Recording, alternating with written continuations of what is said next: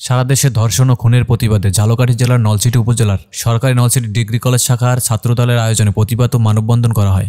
এ সময় মানববন্ধনকারীরা ধর্ষককে প্রকাশ্যে জনসম্মুখে ফাঁসির দাবি করেন এবং তারা আইনজীবীদের প্রতি আহ্বান করে বলেন, ধর্ষণকারীদের পক্ষে যেন কোনো আইনজীবী না দাঁড়ায়। সেজন্য দেশের সকল আইনজীবীদের কাছে অনুরোধ করেন তারা, কারণ আইনের ফাঁকফোকর দিয়ে বের হয় ধর্ষণকারীরা আবারও ধর্ষণের মতো জঘন্যতম কাজে লিপ্ত হয়।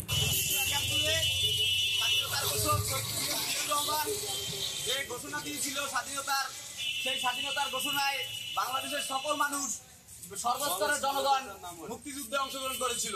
সেই মুক্তিযুদ্ধে লাখো শহীদ জীবন দিয়েছে, তাদের আত্মত্যাগের বিনিময়ে বাংলাদেশ অর্জিত হয়েছে।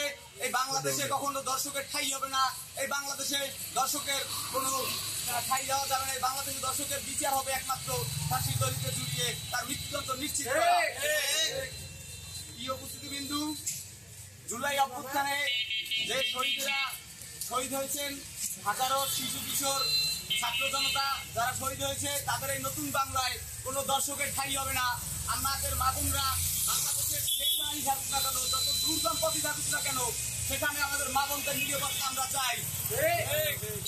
আমাদের মা বোনদের নিরাপত্তার লক্ষ্যে আমরা সবসময় আছি। আমরা নতুন সরকারি ডিগ্রি কলেজ ছাত্রদল, আমরা আপনাদের পাশে থাকবো।